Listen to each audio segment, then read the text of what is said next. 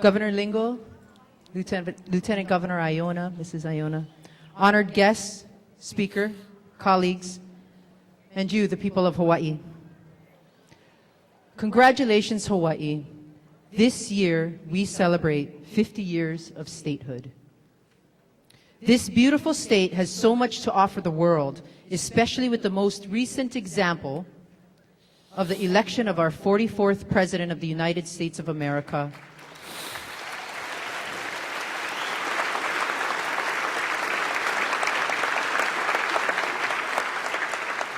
President Barack Obama. I firmly believe our multi-ethnic people and culture, coupled with the aloha spirit, helped shape President Obama, a direct contribution to his abilities to win over a nation and bring people together. I just returned from a conference where I was able to talk to legislators from a variety of states that are having similar struggles as ours. California's executive and legislative branches are feuding with one another, and the result is gridlock government on the verge of bankruptcy. The very thing that we need here in Hawaii is to have our differences overcome, is to not have our differences overcome the goals for this session. Your House Republicans believe, especially in this day and time, that we need to support the existing pillars of our economy, tourism, construction, and our military. We also believe that we should create an environment to keep our businesses open and growing so labor keeps working. And we need to do these things while ensuring steps are taken toward our long-range goals. Recently, an audit criticized the Hawaii Tourism Authority for a lack of leadership and vision. Rather than pointing fingers, we need to come together and support HTA in these tough times. For instance, the heritage tourist stays longer, spends more, respects our environment, and wants to understand our history. Working with the heritage tourism industry, we can create a marketing plan for HTA. This could save us time and money. In the good times, we routinely ignored infrastructure needs in favor of fancy programs. We need to come together to address these long overdue needs while helping our economy. We need to support the governor's plan to streamline $1.9 billion in existing construction projects. Governor Lingo, your administration is taking on a huge responsibility to accomplish the much-needed modernization of our airports, harbors, and highways. Your aim for transparency and innovation in planning and execution are concepts we can support. The military in Hawaii plays a key part in defending our nation and bolstering our economy. This state has a love-hate relationship with the military. We need to support our military and are proposing legislation to do so. Another vital way for us to strengthen the economy is to keep businesses open and to keep labor working. Our people cannot pay their mortgages and their rent without jobs. With our state tax revenue shortfall, government cannot be the answer for everything. Like government, businesses are experiencing loss in revenue. Too often, the state looks to squeeze businesses to make the books balance. Businesses, labor, and government need to come together to move us past these economic struggles in a way where businesses can thrive, workers can realize a better quality of life, and government can craft a fiscally sound budget.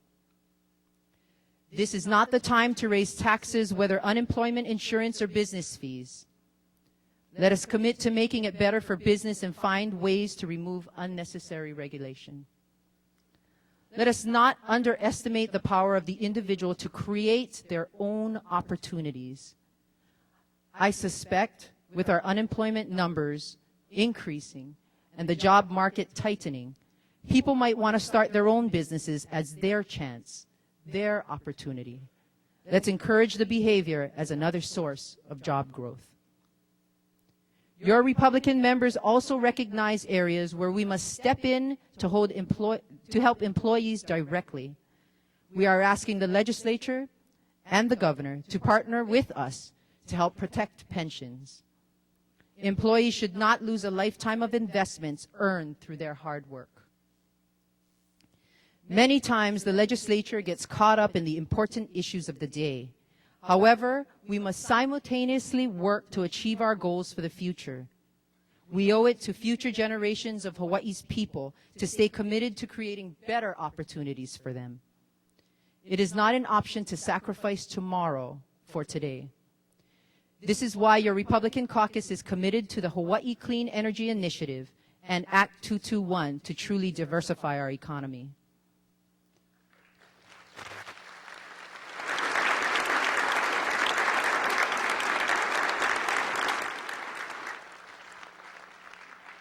The Hawaii Clean Energy Initiative, a partnership between the state of Hawaii and the U.S. Department of Energy, will be offering a proposal that synchronizes a variety of efforts to be able to meet the Renewable Energy Standard portfolio goal of 70% renewable energy by 2030.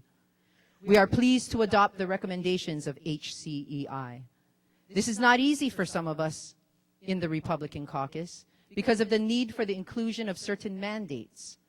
However, we are willing to come together with the majority on this proposal, and the trade-off is worthwhile.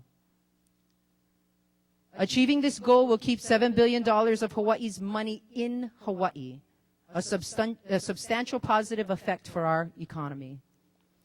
It is good for the environment and makes us good stewards of our natural resources. It also gives us energy security, which is also economic security. Throughout the decades, all of our state's governors have tried to establish another sector of our economy. We scream that we need to diversify our economy, yet many have a hard time taking that risk and making the investment to do so. Act 221, the high-tech tax credit, has received a lot of negative attention. We need to move past this. We need to come together to realize that the aggressive nature of Act 221's tax credit is needed in order to build a high-tech pillar of our economy. Act 221 is a complicated machine with many gears that works to convince people, companies, technologies, research, and money to invest in Hawaii.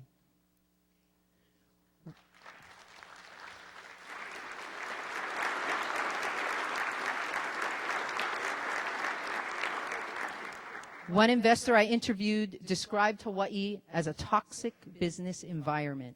And if not for Act 221, many companies and their investors would not be here contributing $1.4 billion into our economy. Capital investment is shrewd and will go where it has the best potential with the least risk. I believe that not extending Act 221 will equate to the loss of good-paying jobs for our people and work against diversifying our economy.